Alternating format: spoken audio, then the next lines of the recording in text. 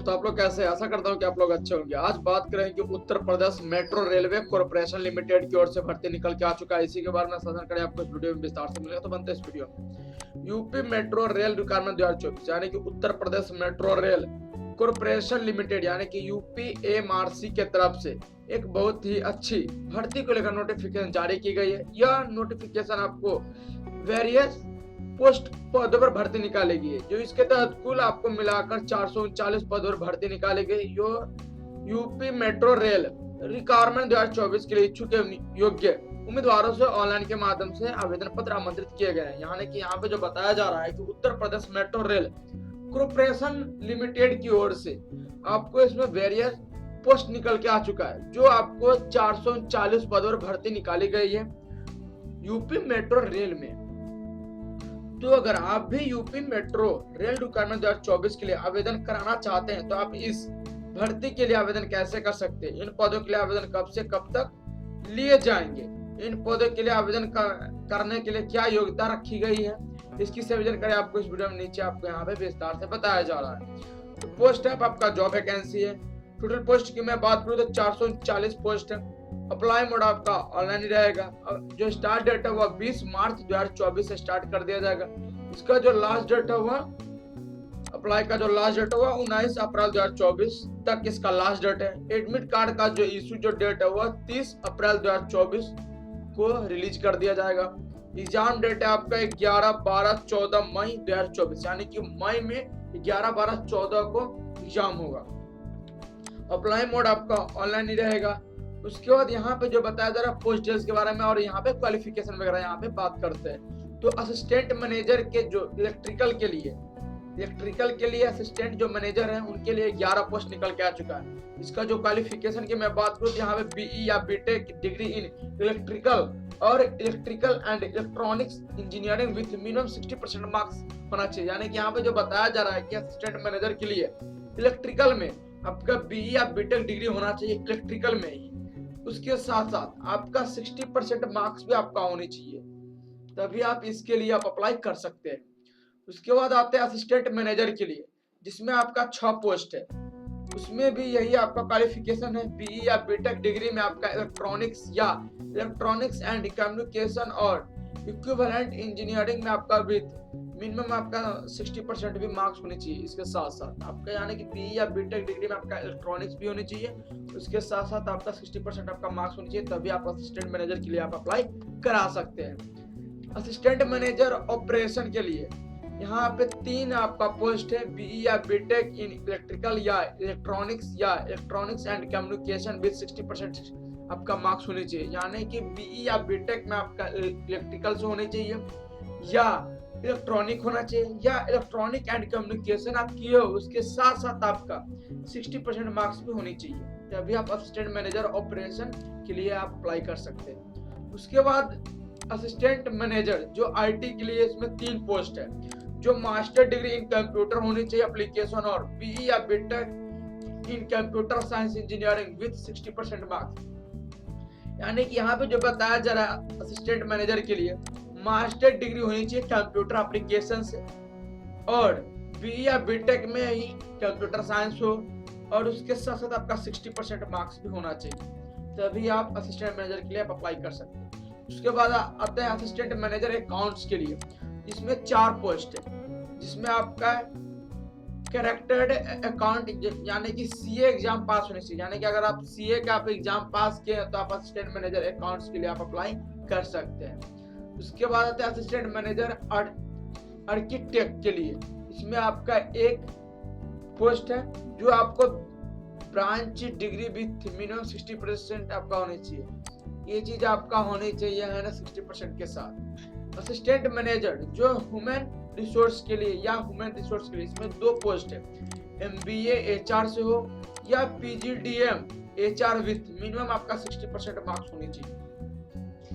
उसके बाद बात करते हैं असिस्टेंट मैनेजर या पब्लिक रिलेशन से आपका 1 पोस्ट होनी चाहिए, master degree in mass communication with minimum 60% के साथ आपका मास्टर डिग्री में मास कम्युनिकेशन होना चाहिए, तभी आप असिस्टेंट मैनेजर या पब्लिक रिलेशन के लिए आप अप्लाई कर सकते हैं।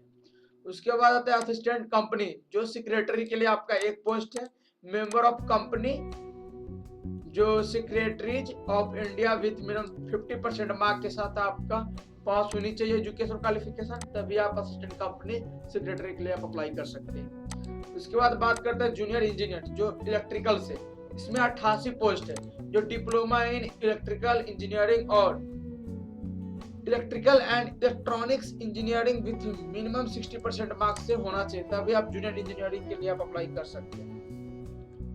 जूनियर इंजीनियरिंग के लिए आपका इसमें 44 पोस्ट है, इसमें आपका इंजीनियर डिप्लोमा इन इलेक्ट्रिकल या इलेक्ट्रॉनिक्स एंड कम्युनिकेशन और इक्विवेलेंट 60% मार्क्स से आपका साथ पास होना चाहिए। उसके बाद आता है station controller cum train operator यानी कि SCTO के लिए आप अप्लाई करना चाहते हैं, तो इसमें आपको 155 पोस्ट निकल के आ चुका है। जो आपका इसका एजुकेशन क्वालिफिकेशन की मैं बात करूँ तो आपका डिप्लोमा इन इलेक्ट्रिकल या electronics and telecommunication with 60% marks के साथ होना चाहिए, तभी आप स्टेशन कंट्रोलर के लिए आप अप्लाई कर सकते हैं। उसके बाद आता है कि अकाउंट असिस्टेंट के लिए आपका इसमें 8 पोस्ट है, bachelors degree in commerce with 60% marks होने चाहिए, यानी कि आप बैचलर डिग्री होने चाहिए कॉमर्स में, उसके साथ साथ आपका 60% मार्क्स होने चाहिए, तभी आप अकाउंट असिस्टेंट के लिए आप अप्लाई कर सकते हैं।